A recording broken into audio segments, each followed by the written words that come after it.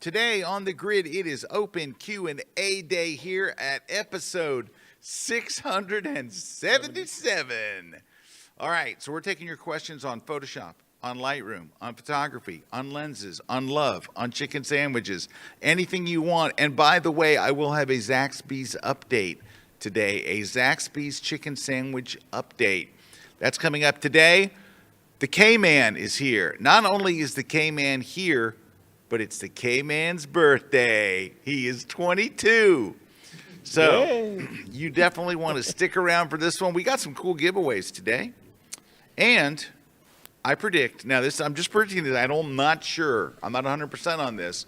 I talked to Dobson about it before we went on the air, but it looks like it's going to be a fun day on the grid. And when does all this mirth and merriment happen? In about 21.6 seconds. Let's go! The Grid is brought to you by Platypod, the tripod alternative that is changing the world. Everybody has a Platypod. You should too. Go to platypod.com. And one. Hey, everybody. Welcome to the Grid. It's one-ish. No, one-ish? Yes. It is one-ish. It's one-ish on the East Thursday. Coast. It's Thursday, and I still haven't gotten... it's not Wednesday. Haven't gotten adjusted to it yet, but anyway. As you can see, it's freezing in Florida right now. It is flipping red. This desk is ice cold. It is so cold. Erik came in here. He was like, I actually saw you guys didn't preheat the desk? It might hit 32 degrees this weekend. That is way too cold. There, in my news feed, there was a thing that we might have snow flurries in Tampa. Snow flurries I haven't in Tampa. had this since I was in high school 16 years ago. Yeah. All right. Lots of stuff to talk about today. It is Q&A day, so what we'd like you to do is if you're sitting on questions, Lightroom, Photoshop, photography, whatever, just pop it in the chat. When you do that, you're going to be automatically entered to win some of the prizes that we're giving away today, and we actually have some very lovely prizes. Yes, we do. We're giving away a Platypod grip today. It's grippy. You can get a grip. It's for hippies. It's grippy. So it's a great accessory for putting your phone on a tripod.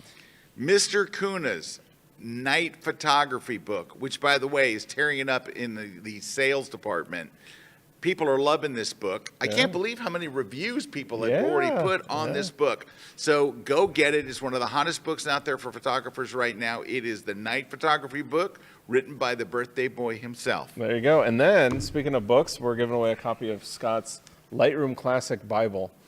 Basically, it's just this huge book on Lightroom Classic. It's 515 pages. Yep. So it's everything you need to know about using Lightroom Classic. It just came out. It literally just came out maybe a week ago. Yep. And so anyway, go get your copy. You'll have it on Monday.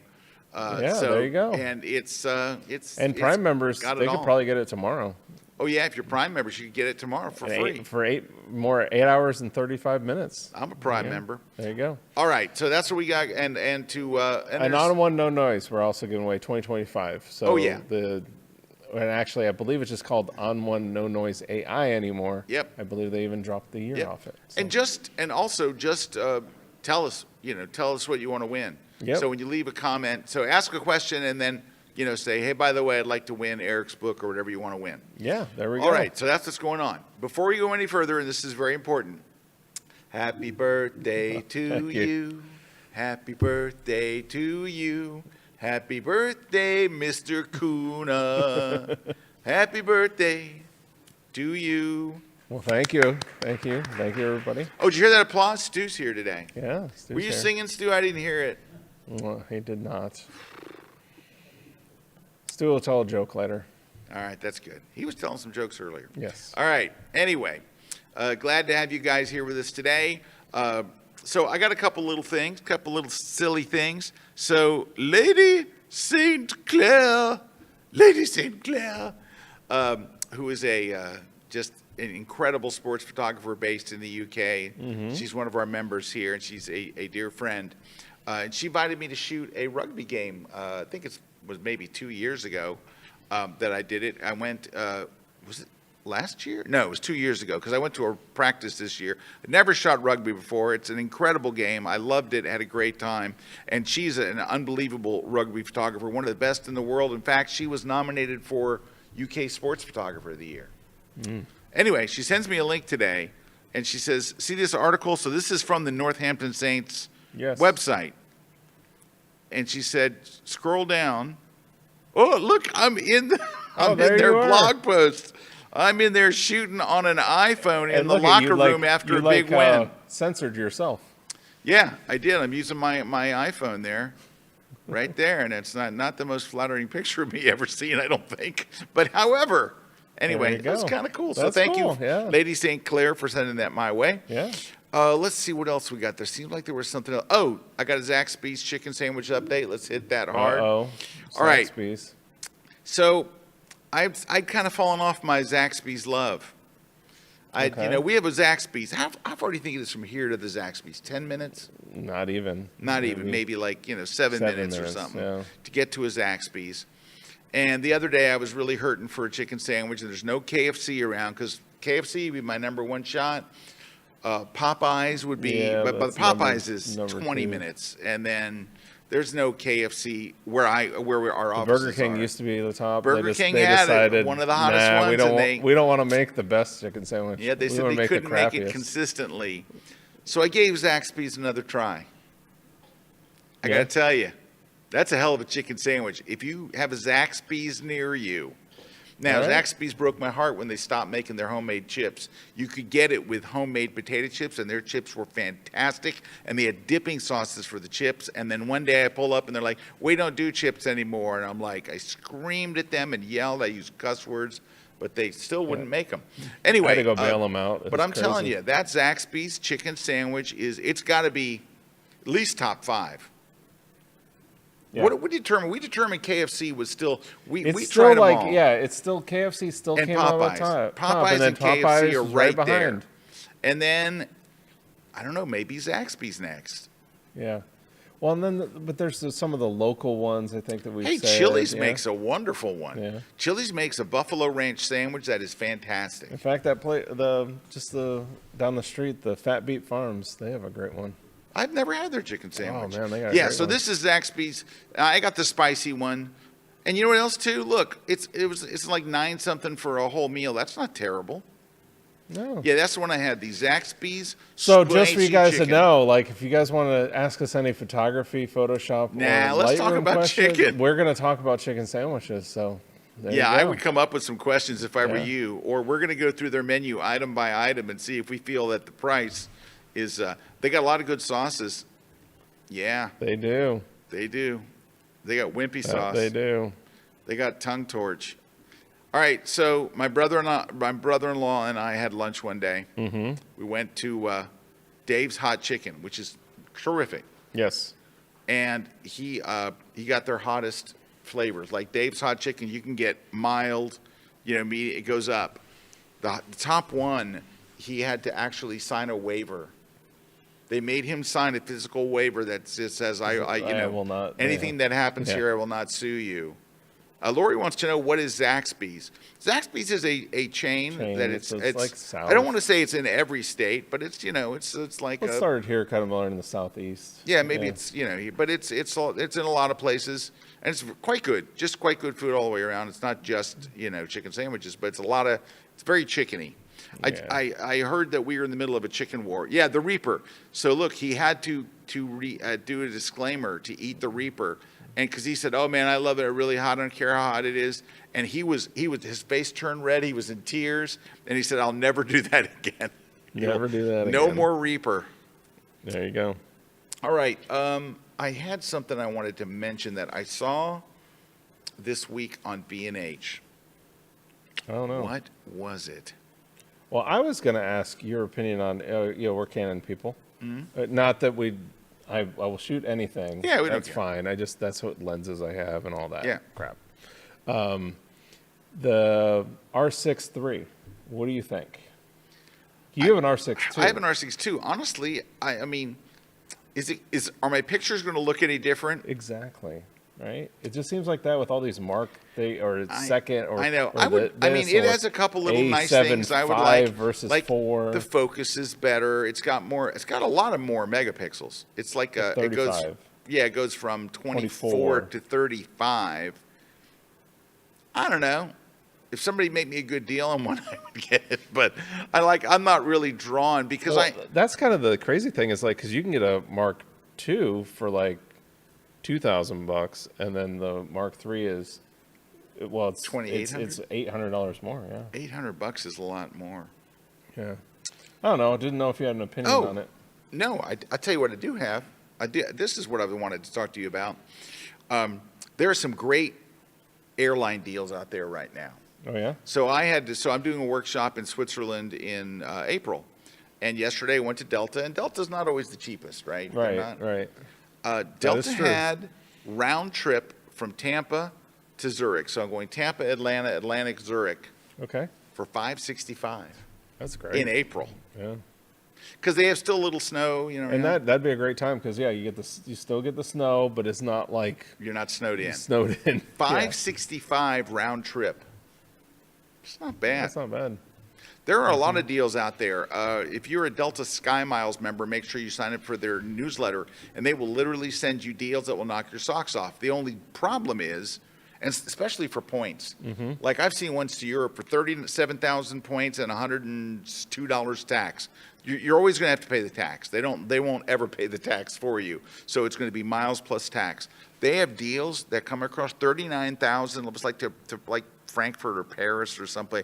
And I'm like, how do you beat that? That's basically $370 or $390 round trip to Paris. It's just they'll tell you have to go these weeks. And it may not be like the ultimate. It's not going to be June, July, or August. So, but if you got flexibility, you know, hey, when I was a young man, the first time I went to Europe by myself was in February because the flights were so inexpensive, cheap, right? Yeah. So where would you go? Like, obviously, you've got places you're going on workshops and all that. But where would you go if you could tell somebody like, let's start with like maybe a landscape photographer. Like a landscape photographer wanted to do like a trip.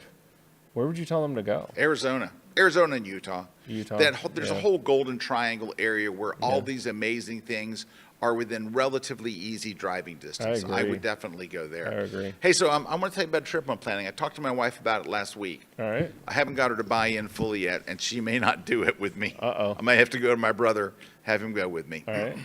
So I have 5 or 6 places, maybe 7. I think it's 7 places that are all in Europe that I want to go.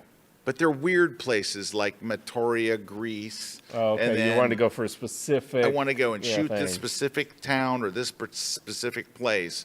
And then the next one is an island off the coast of Italy. And the next one is a town in France. And then there's one in like Croatia.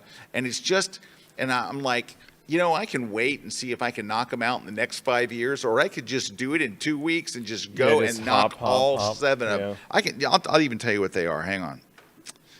They are, let me go to wish list. Yeah, and that's where you've just found, like, I really want to go to this specific place. But you're probably thinking, like, it's a day or two, right? It's like a day or two. Yeah. So where I would go is Matoria, Greece, Annecy, France, Puglia and Positano, Italy, Sardinia, Italy, and then I love Positano. This island off of it's called Ischia, Italy, and then Port Gramont, France, and then Bosnia-Herzegovina. I probably won't get to all of them. I got a guy in Positano. Do you? I got a guy. Okay, good. Yeah, I got a guy. All right, I need a guy. You always need a guy. I need a guy. You need somebody. I super need a guy. So what it is really is, I could knock these out. And my wife's like, look, I don't want to be in one town one day and one town the next day. What if we really like the town? So this is what AI is fantastic at. You go to like whatever you use, ChatGPT, Perplexity, whatever, and you say, these are the 7 places I want to go. You just type it in and say, what's the best order to do them in, where I'll have the most time. Yeah, like it'll be the less number of flights. Yeah. And by the way, what would my routes be? And it goes, I mean, in 2 seconds, it goes, You would start here, you would take a train to here, you would take a ferry to here, but you have to go on a Thursday. So I moved the whole thing to start on a Monday, and it just takes you through step by step by step exactly what you need to do to be the most efficient, to go to the most places. And I said, if I can do 2 days in each city, and it did it. It gave that itinerary. Wow. Now, I haven't completely sold my wife on this yet because she doesn't really want to photograph these places. She's just like, I'm just being a good wife. I'll go with you, whatever. But, she's not like, hey, but my brother could go, and he will go to stupid places with me. So that's a great thing about being a brother. The nice part is for us is we only got to be there in the morning or at night. And or morning at sunset. And you know what? My wife will want to stay in better hotels. And you can also tell ChatGPT or whatever you use, find me a hotel in every town that is a 3-star, but with a 5-star. Budgets, a 3-star quality hotel, but with a high rating.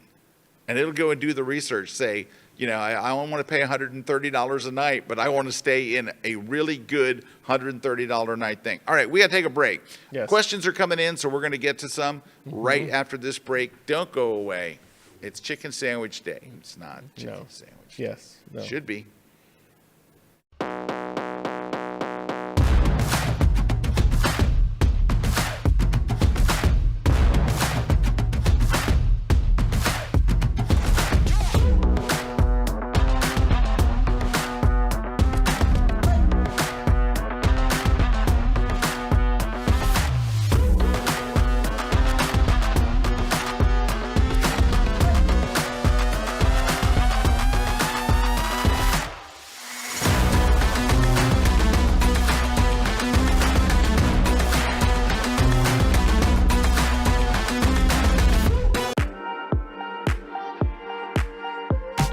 Hey, I'm Jeff Leinbach. I just finished recording my latest class, A Practical Guide to Picking the Right Lens. I'm here with a bunch of lenses, and we have a great class for you. We talk about different varieties of lenses, different types of lenses, some lens features that you may not have heard of. We even talk about specific lenses for specific uses in photography.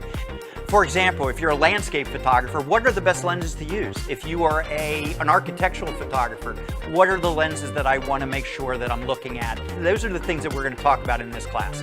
I also have a handful of quick tips that might help you take care of your gear and make your gear function better as we go along. So I encourage you to join me at KelbyOne.com.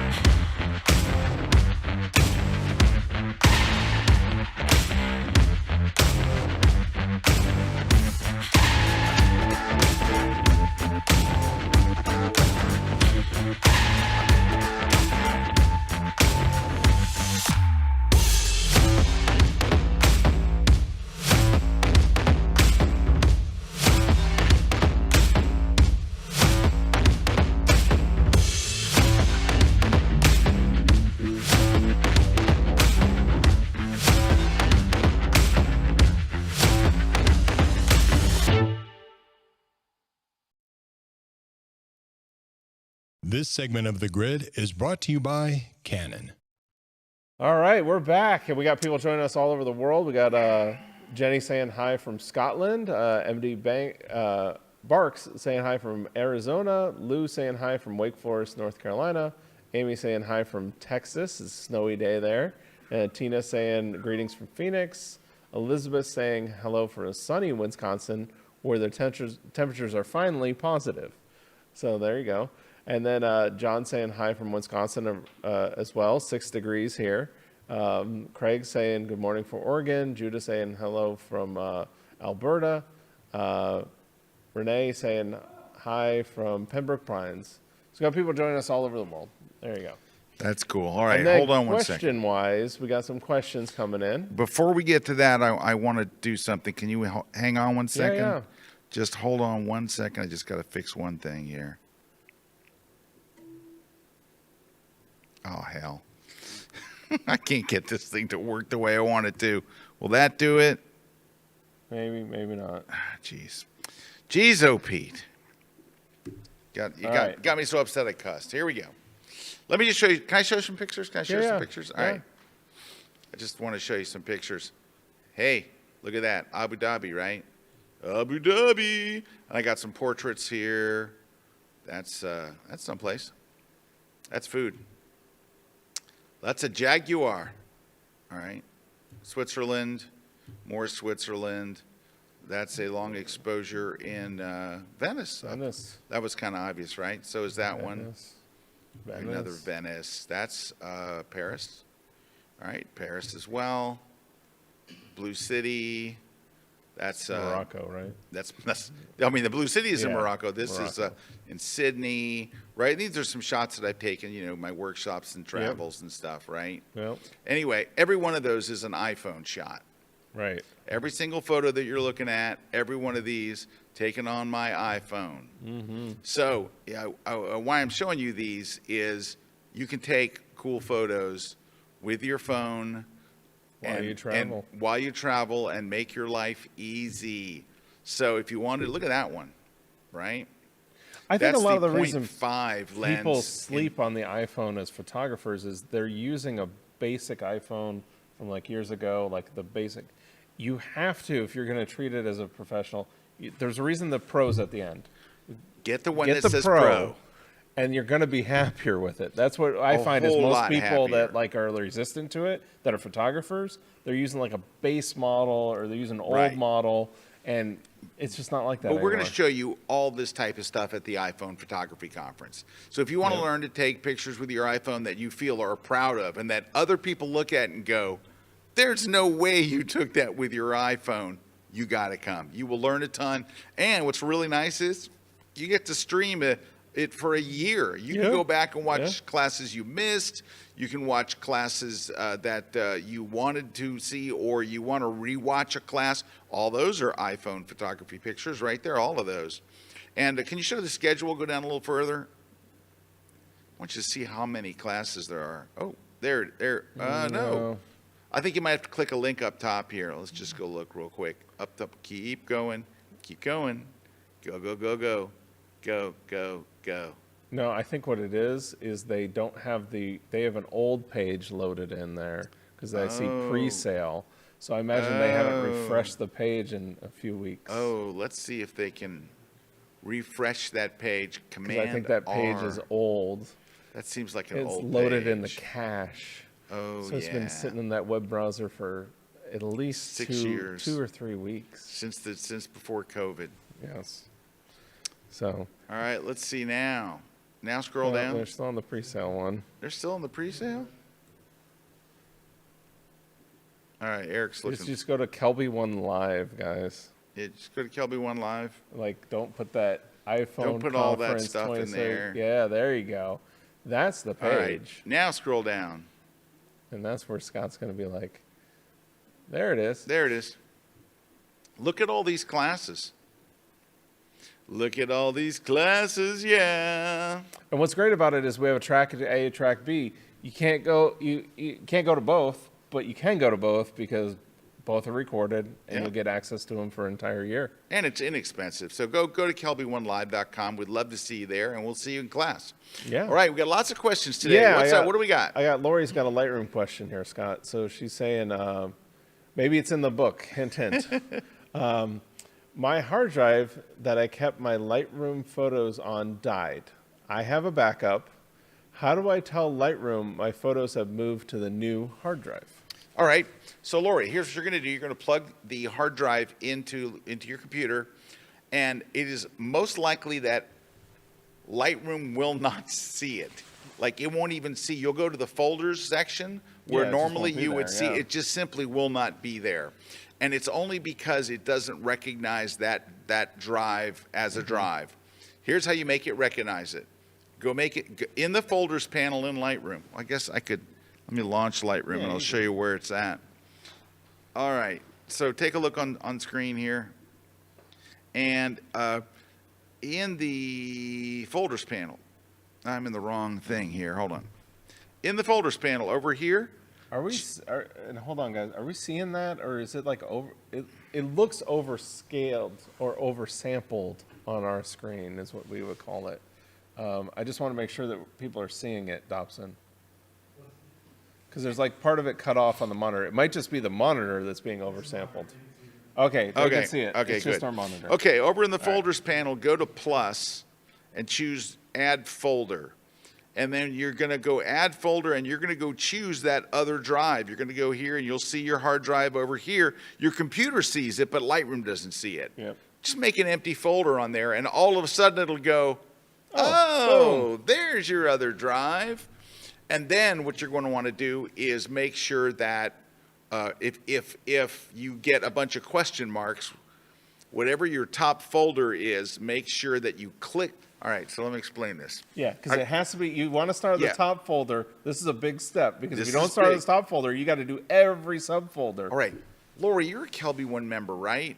Because I have a class called the 20 most asked questions in Lightroom, and your question is one of those 20. 'Cause it's you can go always right to the asked. one you want, and it's basically, you know, how to reconnect missing stuff. What'll happen is your folder will have a question mark. Click on the question mark, and it'll tell you, I'm looking for this folder, but it's not here. That's because your older hard drive died. You're going to go, nope, use this folder from the backup. That's really essentially it. But if you go to my class, the 20 most, there it is, the top 20 Lightroom Classic questions answered, and that's where you'll find when files are missing. Look at lesson 1. That's right there. So anyway, that's one. So there you go, Lori. Boom. All right, Charles has a question. Here's Charles' question. What would you recommend as a minimum amount of RAM on a forthcoming M5 MacBook Air? Would love to, well, Okay, love to know. Charles, that is the wrong question. Here's the question. How much RAM can I possibly put in a MacBook Air? You can only put 32. It's 32, right? Get absolutely, positively, Max it get out. the full Max 32. that out. So I am ordering the exact same one, Charles. I'm getting an M5 MacBook Air, and I'm going to max it out at 32. If I could put 64 in, I would. But I think I might be running 64 on here. I think I probably am on my MacBook Pro, which is honestly, no, I'm running 32 on here. Look at that. Yeah. Look at that, look at that. Yeah, so you just max All right, let's that configure. out. Hey, let's configure mine. Can you see Erik's screen? Yeah. All right, do not get the top one. Do you want a 13 or a 15? 15. 15. All right. All right. And get me the middle one, not Middle the, one? Yeah, the middle one. Yeah. And this, it seems like a real bargain. It's about to not be. All right. Right, So but once then you you're get to like, here, you I go, wanna oh, I max want that out. 32. Ooh, it just got, now it's $17.99. Keep And going. then how I big a need hard 2 drive? terabytes of storage. Ooh, boy, we're and getting now expensive. I'm at $2,400. But that's it. That's it. That's your computer. That's it. That's the one you're buying, right? That's exactly what I'm buying. No, there we go. Here, I'll Hey, add it, and then just- Karen, I'll pry it, and Karen will freak out. No, Karen knows it's coming. Just kidding. Karen's the head of our accounting department. She knows it's coming. She's not happy. No. She doesn't like me to buy anything. If I buy a pencil, Yeah. she's knocking on my door at home. Did you buy a pencil? Yes. There you go. The point being, Why like, do you need this pencil? the RAM is very important, and especially because on a Mac Get it. you can't upgrade it later. Yeah. You just can't. So Just get it. Just get it. Charles, You're come not gonna on. You're going regret to have that. a great computer. You know what it is? You're buying a Ferrari, but you said, I'm just going to go with a Volkswagen engine.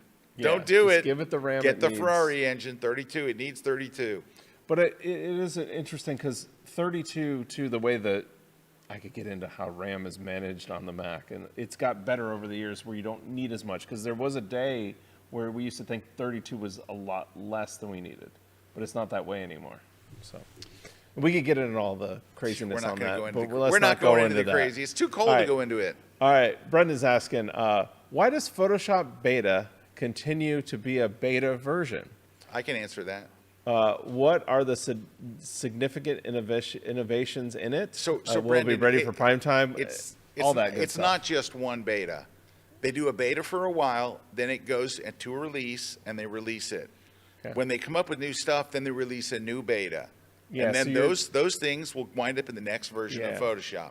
So there's often a new beta, and it's only one or two, maybe three features that you're testing, right? So they're letting you, and it's usually at this point AI stuff. Yeah, it was like Harmonize was in beta. Harmonize was in and, beta, the Select, the Cloud visually was in. Like, Yeah. there's a lot of stuff that's in the Yep. beta, and then they comes in the live. So maybe it would be different if Photoshop said Photoshop Beta 12, Photoshop Beta 13. There's been so many Photoshop betas, Right. but they just call it beta. Yeah. So but you're thinking, then the well, beta will go away. Yeah. The beta will close. The ending date will come, and then whatever features they decided to keep will go into the new version of Photoshop. Then there'll be a new beta. There you go. All right. Well, we got to take a break, but when we Wow, come that was back, quick. we got some more questions here, and if you got questions, just ask, and we'd love to answer them. We would love to, but we don't really know the answers. You know how Yeah, we get them? well. ChatGPT.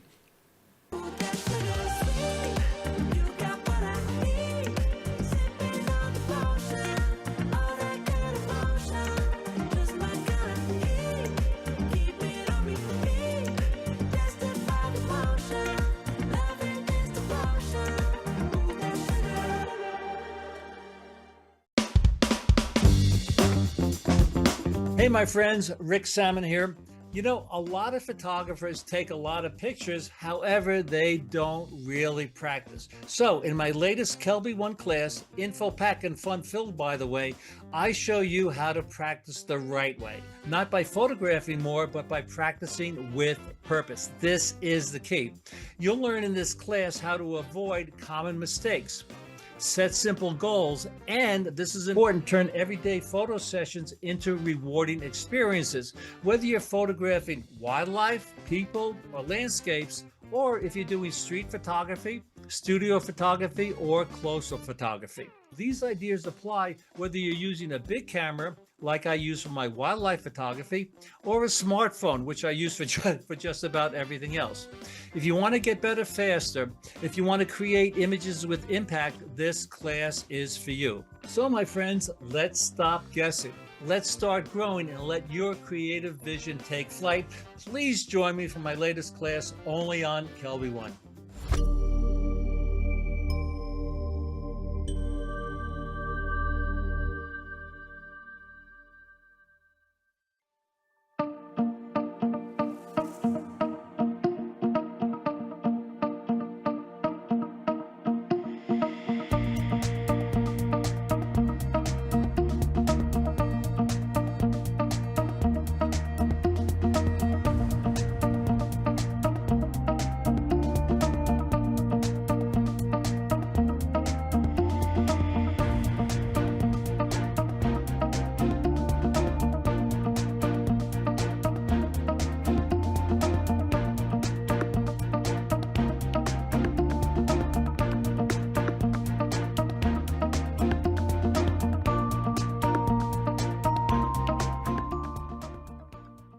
This segment of The Grid is brought to you by B&H Photo, the professional source since 1973.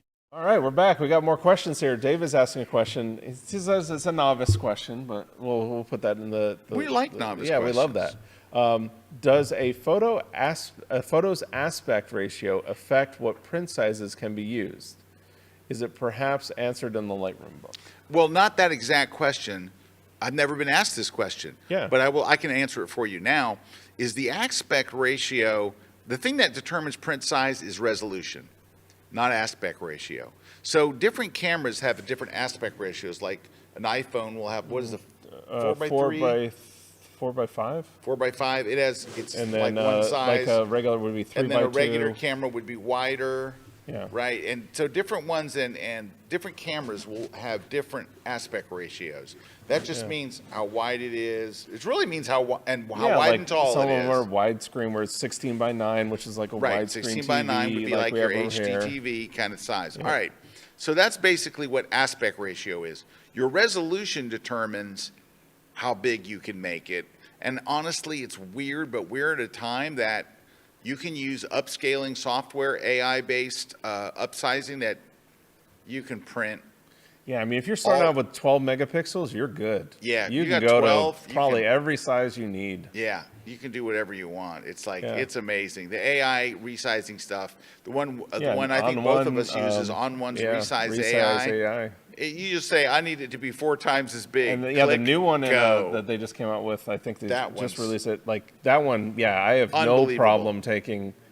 I took the other day because there was somebody that was working for it. They didn't have anything but the HD resolution video.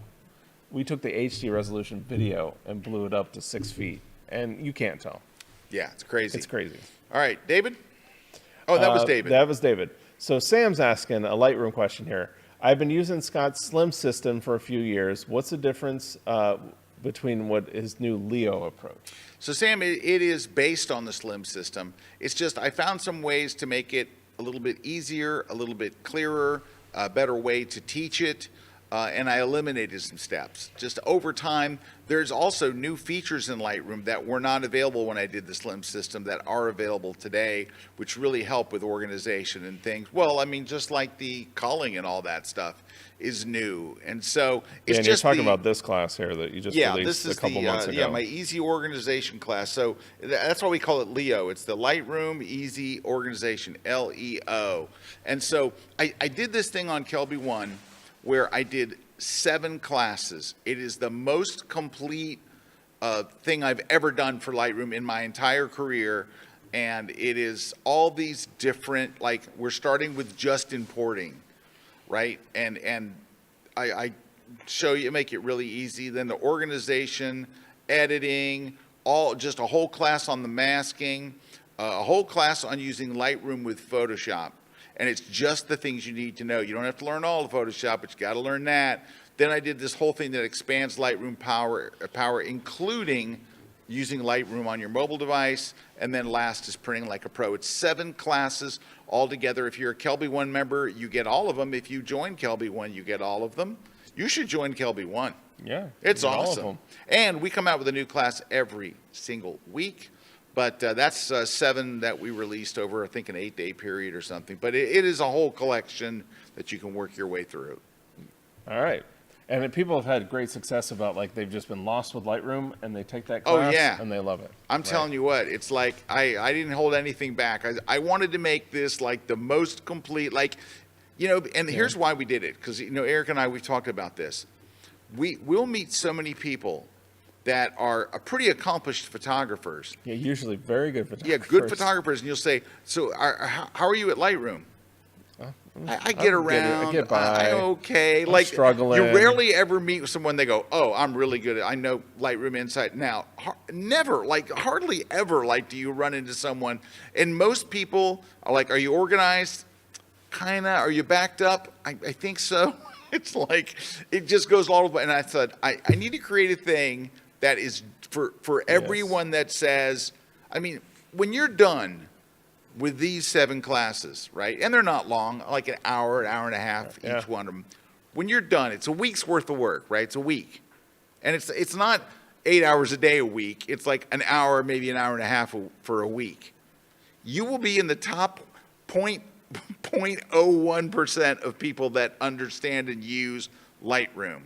And let me tell you, when you really understand how Lightroom works, and you know exactly what to do, when and in what order, your life is a joy. I'm telling you, your Lightroom life is so happy. That's why I did it. I would love you to check it out.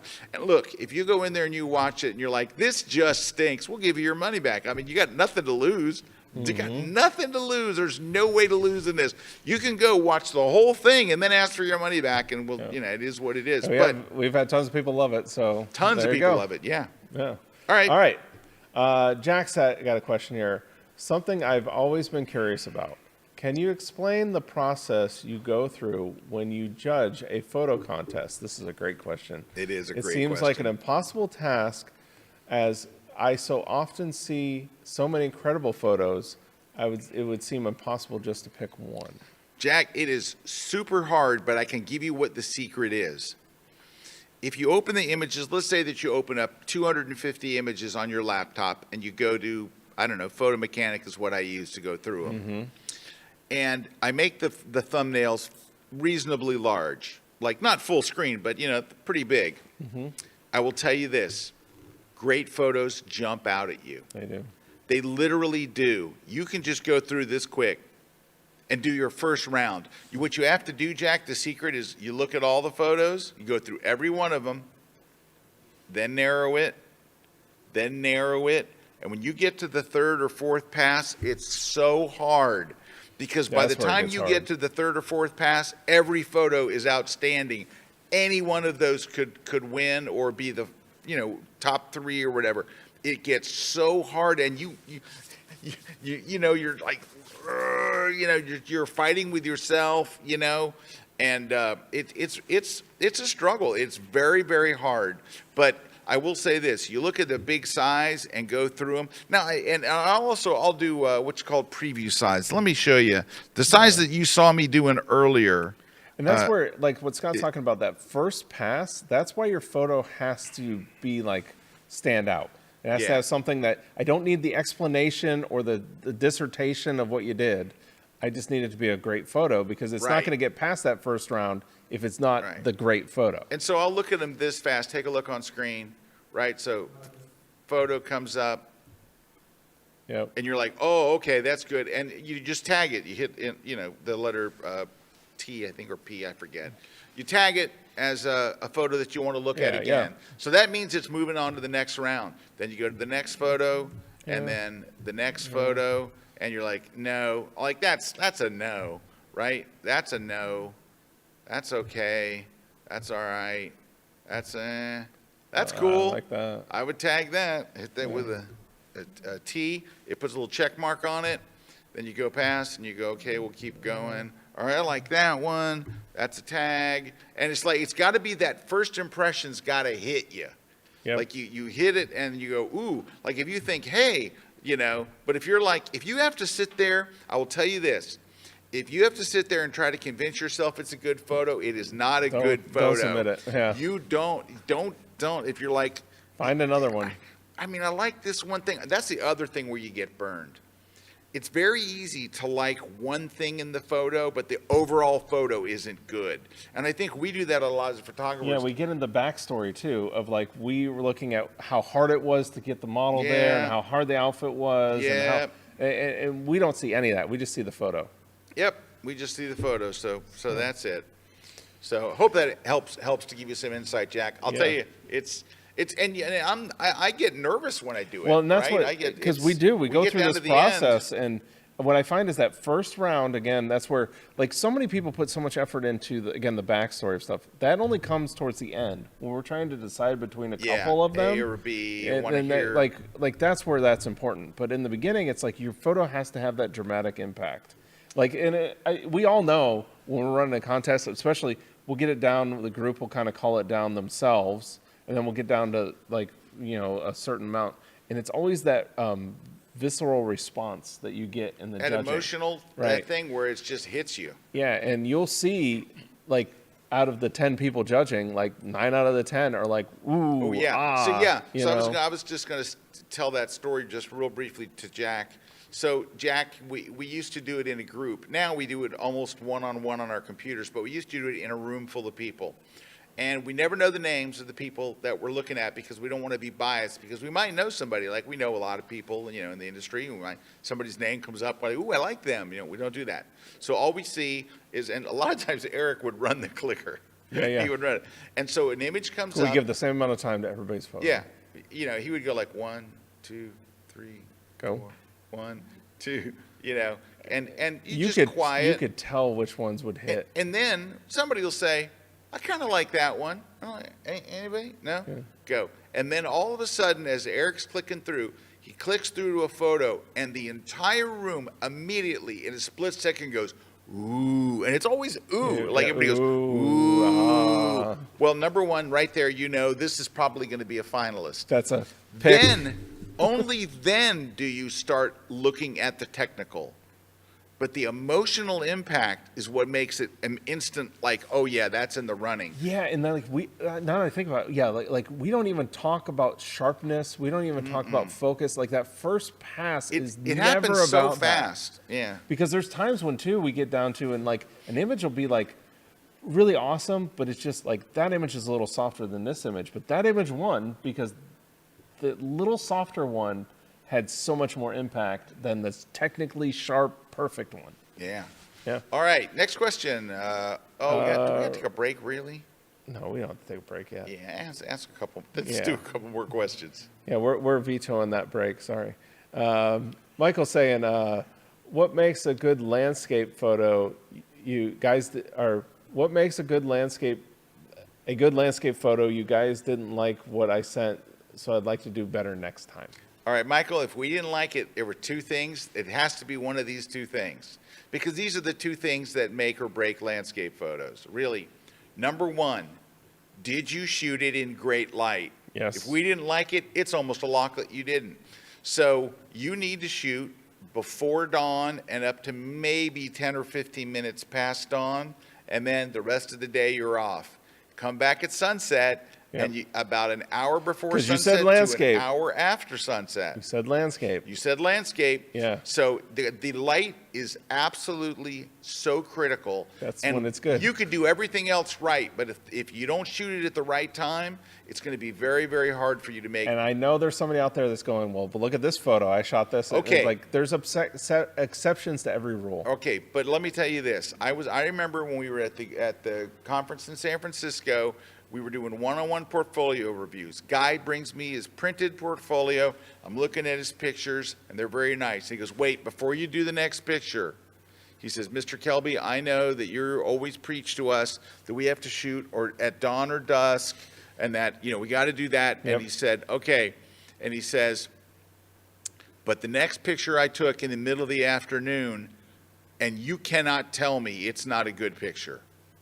So I turned the page, and there's this picture. And I said, no, you're right. It's a good picture. If you shot this at dawn or dusk, it'd have been a great picture. That's the difference right there. That's It's- it. When we're seeing your photo at 2 o'clock in the afternoon, our mind is going, man, if I waited 3 more, 4 more, 5 more hours, that photo would be a great picture. I remember doing a Q&A, and Joe McNally was the other instructor. Joe and I were on stage.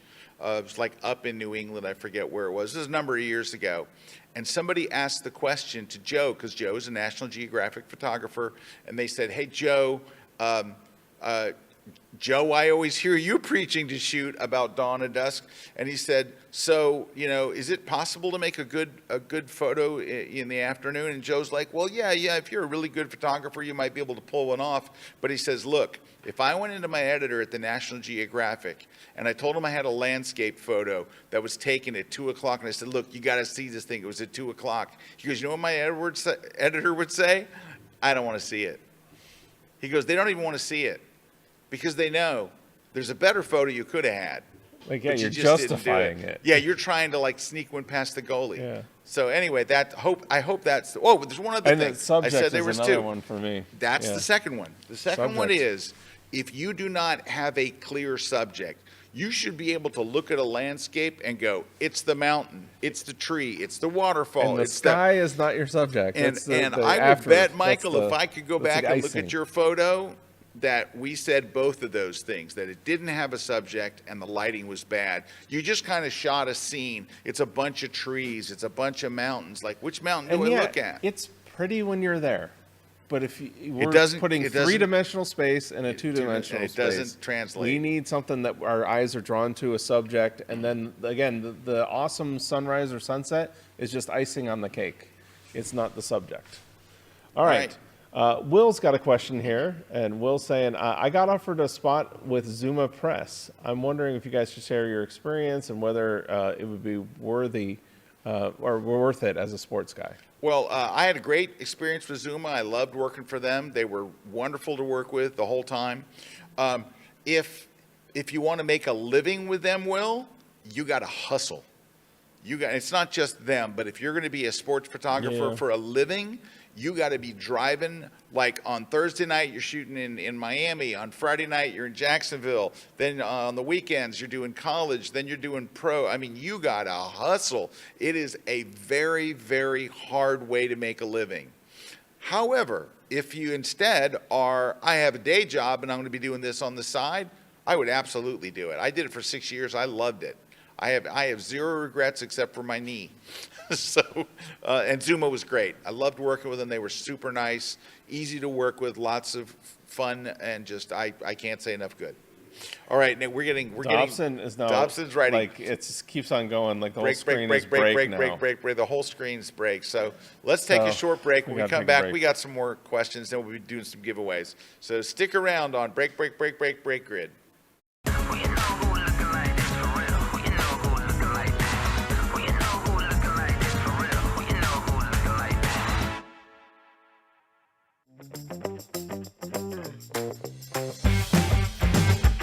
Hello, this is Nikon Ambassador Hilmar Smith, and I'm at the KelbyOne Studios filming my new class. This is going to be a continuation of the why seamless many ways to use it. So today we're going to be using paint, little bows to decorate your why seamless. We're going to be playing and creating like origami and paper boats, paper airplanes. We are creating like a little notebook page. We are wrinkling. We're using so many fun things to level up and use your why seamless in a more creative way. So if you want to level up your creativity, come and join me at KelbyOne.com.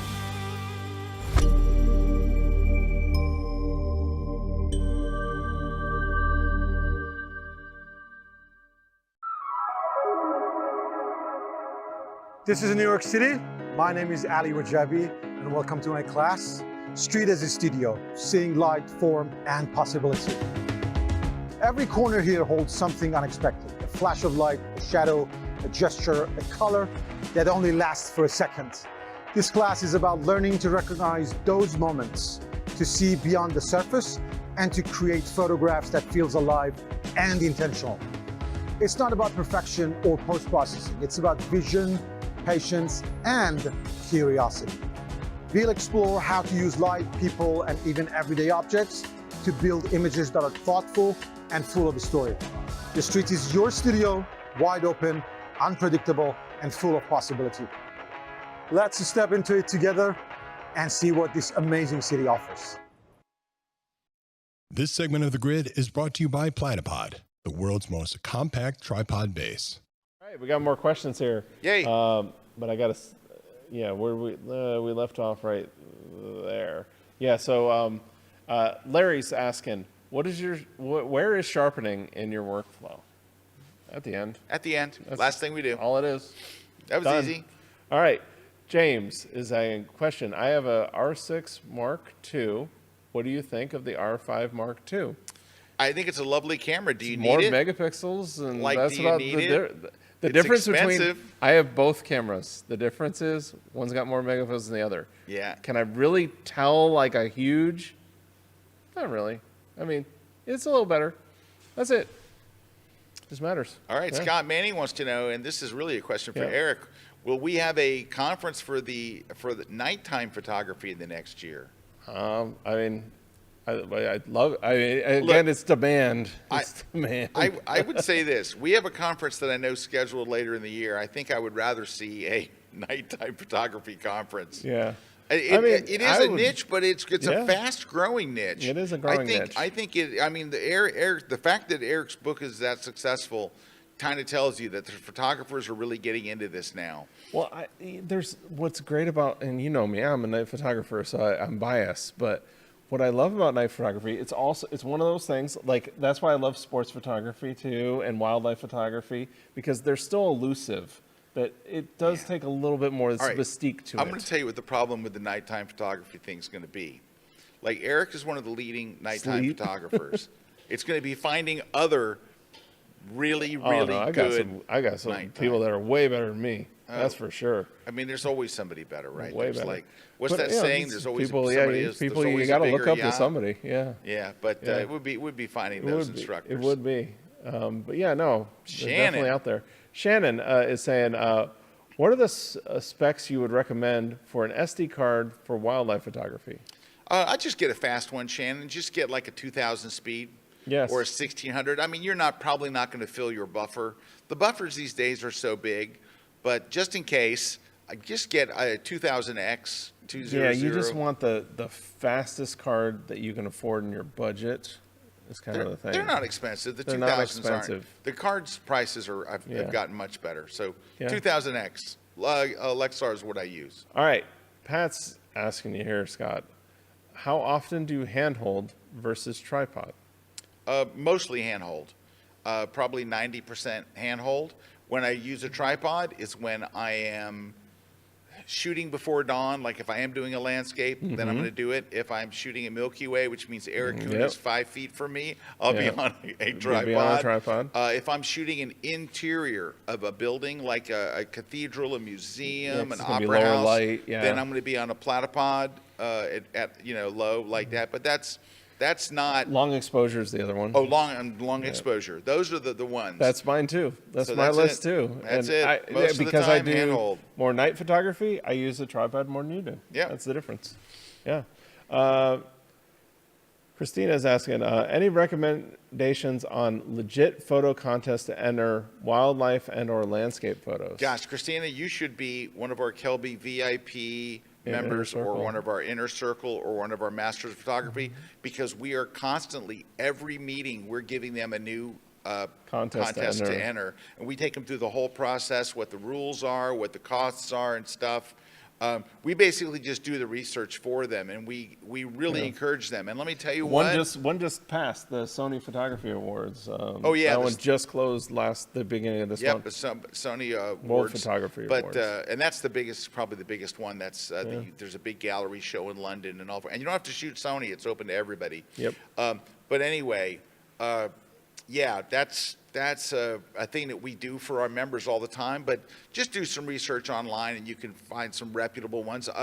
The Independent Photographer is one that I like because they do a monthly one. Yeah, they do a 12 monthly a year, contest. and they have a topic for every one. So many contests are like, we do a contest once a year, and here's the categories. Here's 12 categories. They just said, we're going to do it one category a month. It's independent-photographer.com. I think Lens Culture also does very good competitions. The Sony Awards just closed. I would look at those two to get you started. Yeah. Hey, and they did mention, you mentioned VIP Inner Circle, but we had that summit video. Oh, yeah. So I just mentioned the Inner Circle and stuff. So I want to show you a video. It's, I think it's a minute and a half. It's not very long. So we have KelbyOne Pro, right, which is, you can watch all of our videos and stuff. But there are people that asked us, we want like coaching and mentoring and all this and assignments and hard stuff to do and all. So we invented this VIP program. It's a year-long program, and it's limited to a certain number of people. It's a low number of people are limited in there. Then if you've done a second year, you move into the Inner Circle. So the Inner Circle is people who've been through the VIP for a year, then they're in their circle. After the Inner Circle, you can move into our third program, which is the Master of Photography program, which is a whole certification type of thing, and it's all. But anyway, the reason I'm telling you all this is once a year, we come here to our headquarters in Tampa, Florida, and for 3 days, we just hang out and have fun. It is not a workshop. We do shoots, like we go out and we create shoots and stuff. And I'm sure you see that in the video. Yeah, in the video, you'll see us doing some things here in the studio and out on location, and we go shooting, and we do. So last year we got everybody in our group a press pass and press access to the Sun and Fun Air Show, which is the second largest air show in America. We took tour buses, and took everybody over there. We do a lot of fun things. And a lot of our members ended up winning Aviation Week's photo contest. contest. We had members that won the Aviation Week based on that, on shooting for their first time. Yeah, like some of the first time. Yeah. So. Anyway, I want to show you this little video just because you hear us talking about the summit. It's called the summit. But, and again, it's something we do just for those folks here. Just take a look and see what you think.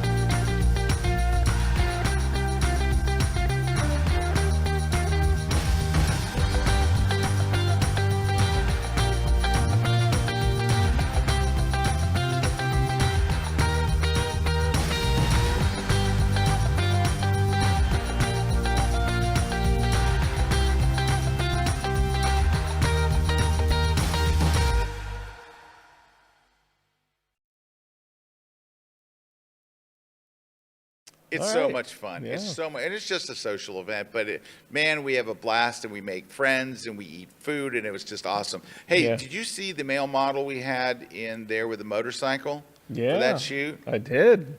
That was Jason, our director. It That's is. Jason's not in the booth today. I think Erik's in there, but Jason's not. But today is Jason's. There's Jason. There he is. Yeah. There he is. Yeah. Jason is the most photogenic guy. He's in my Light It, Shoot It, Retouch It book. That chapter is on Jason. I asked him to sit there and do a light check just to kind of get the lights there. And you're like, wait and a he minute. looks so great. I'm like, dude, you're the person. I'm not going to hire a model. It's you.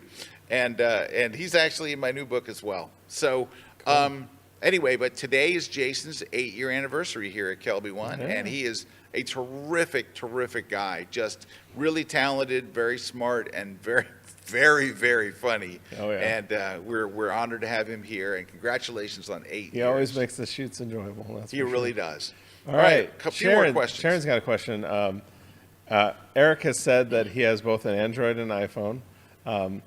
Are there photography apps that are on Android that he's used that aren't available for iPhone? I would say it's usually the opposite, that it'll be on iPhone and there won't be an Android version. Yeah. That's just what I find. And honestly, it's my wife has an Android phone and I use hers and use mine. I used to have a dedicated one. I just got to that point where I use hers when we're traveling or wherever and use mine and kind of compare. It's kind of like Nikon and Canon or Nikon and Sony. There's not really a difference, but the only difference, like for what you're asking, more often than not, there's an iPhone app that will not be on Android, not the opposite way. Yep. Matt's asking, if I should upgrade my old iPhone 13, what would you recommend to get when the camera is the main reason for changing? Doesn't have to be the newest. Yes, it has to be the Tell you newest. to get the newest. Matt, get the newest, 18 Pro. Yeah, the new one, because it gives us that telephoto. We can go all the way from 13 to 200. And having a 13 to 200 millimeter lens is amazing. Yeah, and Matt, Like, it's changes the 24. game. It's 24 megapixels. Yes. It's a 24 megapixel camera with a built-in 13 to 200 millimeter lens, and it's got all kinds of other great features. Yeah. And Met is for those of you who aren't familiar with her, phenomenal, award-winning photographer. She is the best. Met, I would love to see what you do with an iPhone 18 Pro. You would kill 17, with it. 17, right? Oh, I'm sorry, 17? 17. Yeah. Is that the latest? Pretty sure. Yeah, he's right. It's the 7. No, it's the 17. But no, yeah, you want to It's get not the 18. But that's the 17. key. You want the 17 Pro.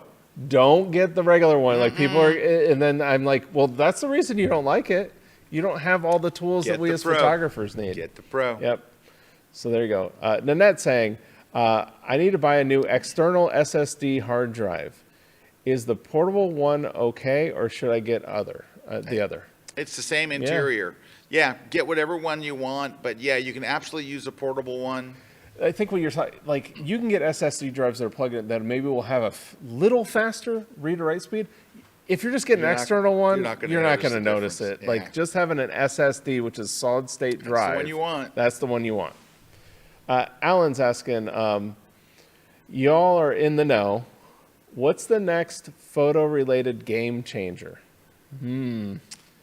I can tell you what I want it to be. I want to tell you what I want the next feature to be, and I'm so cranked that we don't have it. I think it's going to be what you're going to say. I want a built-in ND filter. It's the easiest dang thing. Canon already has them in their cinema cameras for video. We have them here in our premises in our cinema cameras. Like it's a scroll wheel. Yep, I want a 2, I want a 4, I want an 8. Yeah. It's the dumbest thing that in this day and age, all it does is darken the exposure. Nope, we have to go out and buy filters. We have to buy brackets. And there's certain lenses that you really can't.